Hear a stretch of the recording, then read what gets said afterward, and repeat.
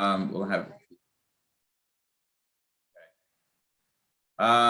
Okay, Evan, can you see the picture now? Is the picture seeable? Okay, good. So, my friends, today we're going to learn. We're starting chapter 10 in the Tanakh, the Navi, in the book of Yeshua, and the book of Joshua, as we continue to study the conquest of the Jewish people in the land of Israel and Eretz Yisrael. Here's a little bit of a map. In case you guys, let's just go over the previous chapters. The Jewish people were at that point where I'm pointing to on the mouse, a place called Gilgal, to the north of the Dead Sea. They crossed the Jordan River. Number of other miracles. They had attacked Jericho and conquered it miraculously, and then they attacked Ai, city called Ai, and also after losing the first time, then they attacked it a second time and they ended up winning it. And then, if you remember the previous chapter, chapter 9, it told us about the Gibeonites. So you see here on the map, in the middle of the map, there's a place called Gibeon. What was the story with the people of the Gibeonites? If you remember, they deceived and tricked the Jewish people. They told them that they were from a faraway country, and they made a peace treaty with them. And then the Jews ended up finding out that the people of Gibeon were actually, they scammed them, and really they lived literally very close to the Jewish people. They were neighbors of theirs. They lived right next door, not too far away. And they ended up tricking them. When they found out, they came to them and said, "What did you do to us?" And they said, "We were scared of you. We didn't want to get killed. We were ready to be, tell us what you want." And they ended up saying, "You will become servants to the temple, to be the water carriers and the wood choppers, and therefore community service. And we will accept your commitment to live in Israel and be part, believe in the Torah, I guess, the basics, and not to become Jewish, but live there as slaves servants among the Jewish people." Right after this, a very interesting story takes place. The people who were neighbors of Gibeon were very, very upset. We're going to learn in today's Navi that not just was Israel demolishing city after city, but the city of Gibeon, which was a major metropolitan, a very large city in the cities of Canaan at the time, now had defected, and they became part of the Jewish people. So they need to teach them a lesson because they don't want anybody else to get such ideas in their head. So they get together. The king of the city of Jerusalem, you can see here in the map, gets together with 5 other cities. He gets together with the city of Yarmouth. We'll see in the text. He gets together with the city of Lachish, with the city of Eglon, and with the king of the city, the community living in Hebron. And they go, and these 5 kings wage war against the city of Gibeon for defecting and joining the Jewish people and leaving their country. And as they come to attack them, and I guess they said in ambush, they're coming to attack them, Gibeon sends a message to the Jewish people saying, "We are your servants, you are our master, and therefore you are obligated to protect us as your servants. You must come to our aid and save us from this calamity that we're about to be wiped out." And the Jewish people do. Yeshua goes, leads the Jewish people, and he attacks the 5 armies from the 5 cities who came to attack Gibeon, and a major miracle happens, as you see in the number 3 over here. They first attacked them in lower Beit Haran. We'll see in the Navi today, Hashem sends hailstones to come down and kill many of them. They run to Elon, they run to Ezekiah, they rode to Makeda. You'll see all these stuff I want to show you in the map so you'll understand what we're reading inside the Navi. And also, Yeshua does a major miracle. He prays to Hashem and asks the sun and the moon to stop, so that they could finish fighting the war and destroying the armies during the night before it becomes light. One of the commentaries say before it becomes Shabbos. And that miracle happens, and Yeshua performs one of the most unbelievable miracles that Yeshua will perform in having the sun and the moon stop. And that's all amazing story in today's Navi. So why don't you join me inside as we learn it. Actually, I want to show you one more picture.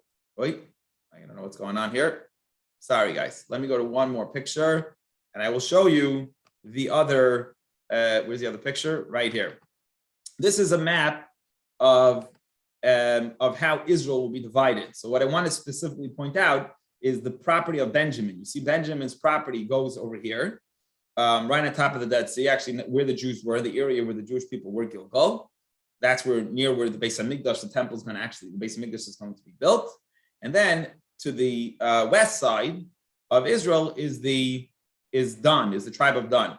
Yeshua will be in the area of Benjamin when he'll make the prayer and ask the moon to stop, sun and the moon to stop. And the moon will at that point not be right overhead by them. It'll be overhead where Dan is, but Yeshua will ask that prayer standing in the property of Benjamin, asking the moon to stop. And we'll see that again, as I said, we'll see that again today in today's Navi.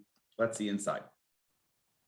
So we left off, we're holding the beginning of chapter 10, and we are going to learn about 20, 21, 22 verses in chapter 10. Let's study together in this very fascinating story in today's class. Okay. Vayehi Tishmaya Adoni Tzedek Melech Yerushalayim. When the king, his name was Adoni Tzedek, very similar to the king of Jerusalem in the times of the Chumash. He's called Malki Tzedek. They were all very prestigious people because if you lived in Jerusalem, you were going to be eventually in the capital of the Jewish people. So all those kings, one of the commentaries say, were called with these names of like Tzedek, like great and righteous. So obviously this person's not righteous as he's attacking the Jewish people, but they had this unique name. If you were king, the Torah at least refers to the kings of Jerusalem as a holy king, because eventually Jerusalem will become the capital of the Jewish people. At that point, of course, it was not. The Jews have not conquered yet Yerushalayim. So when the king of Jerusalem, Adoni Tzedek Melech Yerushalayim, heard that Yeshua had destroyed the city of Ai, and completely destroyed it, just as he did to Jericho first and the king of Jericho, to Jericho. The same exact thing he did to the city of Ai and its king. And then on top of all that, to add insult to injury, they made peace, the city of Givon, as you saw with the Jewish people, but he became them and they're living among them. So they hear all this terrible news. And their eyes terrible, right? They destroyed the city of Jericho and killed their king, and they destroyed the city of Ai and killed their king. And now, on top of it all, we have a situation where the whole community, which is a major city, in the city of Givon, is joining the Jewish people. Verse 2, and they got very afraid. Because it was a very great city, the city of Givon. It's like one of the royal cities. And it's even bigger than the city of Ai. And all its people were mighty warriors and mighty people. So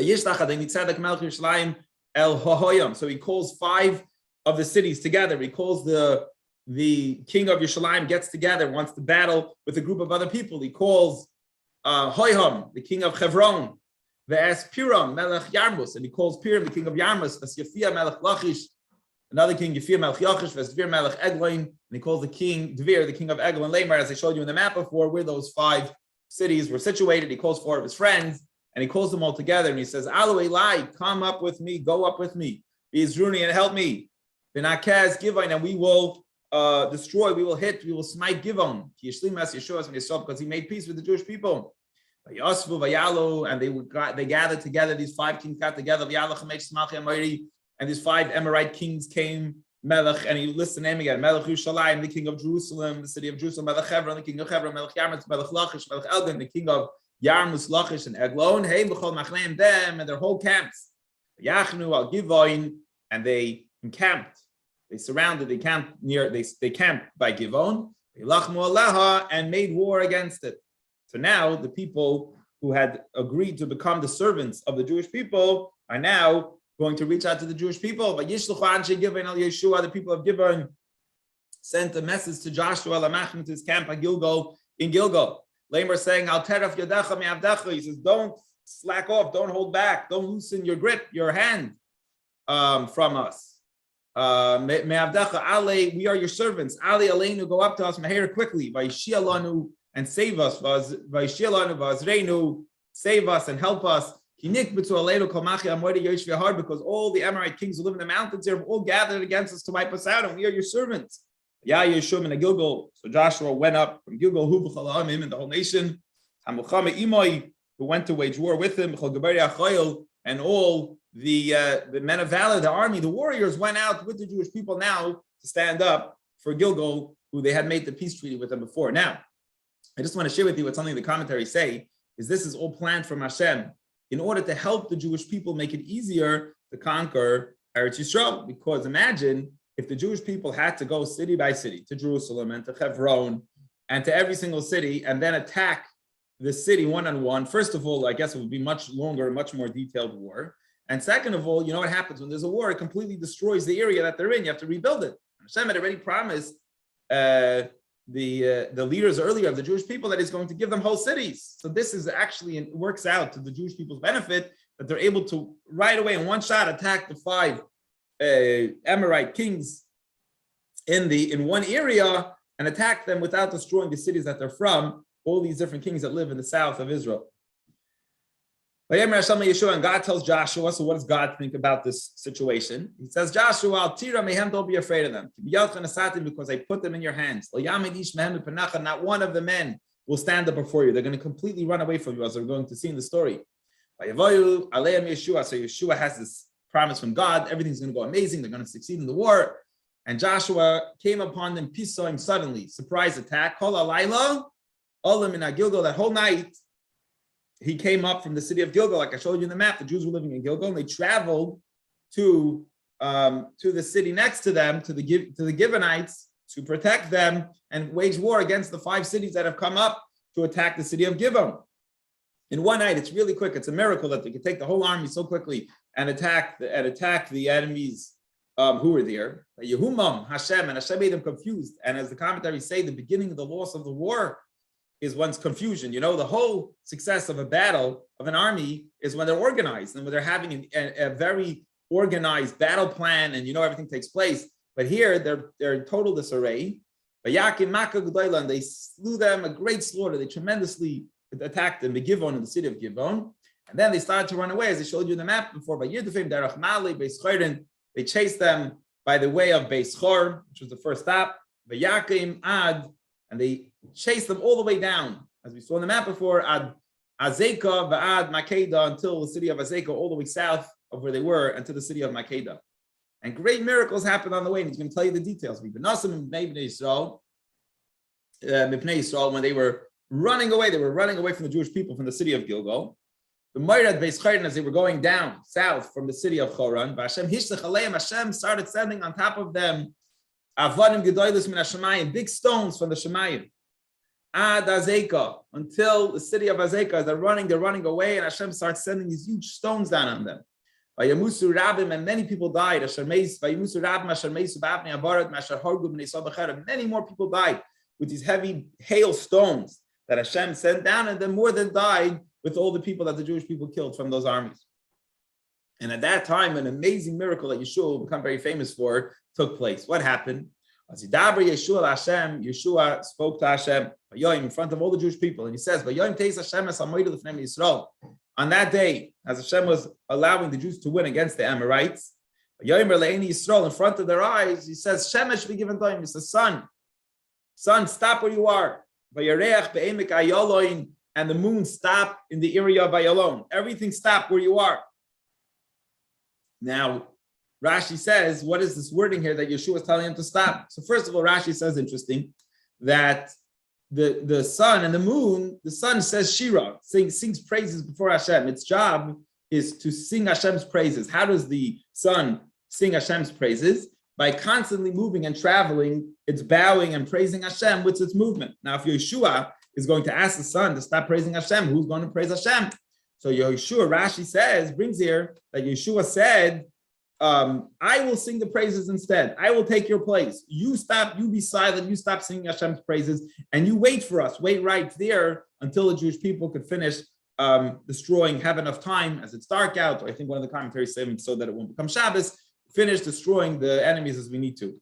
The sun stop here, moon stop here, and a tremendous miracle takes place. Verse 13, and the sun stopped, and the moon, until the people had avenged from their enemies, and they fulfilled the promise that it says in the Torah. He calls the Torah here Sefer HaYashar, the book of the straight. Why is the Torah called the book of the straight? Because it talks about Abraham, Isaac, and Jacob, Avram, Yitzchak, and Yaakov, who were the straightest, nicest, kindest people. And it says in there, that the whole nations of the world will know that basically, what does it say there? That when Yaakov said to Yosef, Yaakov gave Yosef a blessing. It's coming up soon in the Chumash, which we're learning now. He said a blessing. He says that the children of Ephraim, in other words, Yosef's son, who is Ephraim, the world will be full, the nations will be full with him. What does that mean? That means that the nations of the world will all know him. When will it happen that all the worlds will know the greatness of his descendants? When Yeshua, who's his descendant, will hold the sun and the moon, and everybody will see what's going on. The sun and the moon are not setting. And the whole world will have to see at the time what happened and will acknowledge the great miracle. And the sun stopped the middle of the sky. And didn't hasten to go down exactly a whole day as it did before, and the whole world knew something amazing was going on, and they found out about the great miracle happening to the Jewish people. Never ever did this ever happen. Or after it, that a man will stand and say, God, stop the sun, stop the moon. Only then, because Hashem, the whole world should see that Hashem is waging war for the Jewish people. And then after this great war, they returned, Yeshua and the whole nation returned to the city of Gilgal. So there were 5 kings that were of these 5 cities that were attacked and they were being destroyed. 5 of their kings went, they hid in a cave to the south in the city where they were running to, called Makeda. So they heard that the 5 kings had escaped from the battle and they were all hiding in a cave. So what does Yeshua say to do?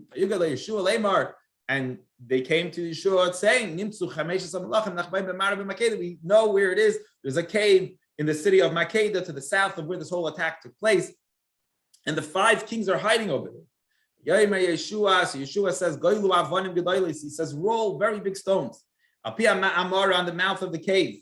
And put security guards there, I guess, to make sure that the kings don't get out. So basically, don't go in, I guess, and find them. Maybe it's dangerous to go in and find them. Best thing to do is take very big stones, close up the mouth of the cave, and stand guard to make sure they're there. But don't stop, Yeshua tells them.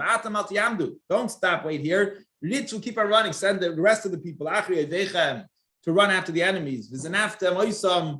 And smite the end of them, hit the back of them, get all of them. Don't stop waging war. Don't let them come back home to the cities. Because Hashem delivered them into your hands. So, okay, good. We got the kings, which is probably the most important thing because they're they give the courage to the rest of the nation. But Hashem right now is performing miracles. Do not waste time. Keep on going and keep on chasing the reindeer of the army. When it finished, Yeshua finished destroying, and the Jewish people then finished destroying the Makkah, the tremendous slaughter, tremendous attack. Atumam, only a few of them remained that he entered the fortified cities, but the great vast majority basically considered like they wiped out the army. Only very, very few people remained that got back to their cities. Yeshuvu Kalaam, and the entire Jewish people returned to their camp. Yeshua to Makeda, B'Shalom, peace. So they came back to Makeda, I guess, where those 5 kings were left stuck inside the cave. Nobody raised the tongue against the Jewish people. Nobody screamed at them. No one shouted at them. And not one person in the Jewish army was hurt. Every single person came back. Tremendous miracles are taking place. The hail's coming down from Shemayim. The sun and the moon are stopping to allow the night to continue. And all their armies are almost completely obliterated. And not one Jew ended up getting hurt in that entire attack. The Yeshua, and then continue, verse 22, we'll continue in the next class in Navi as we will finish this chapter. But tremendous miracles are taking place. Any questions or comments?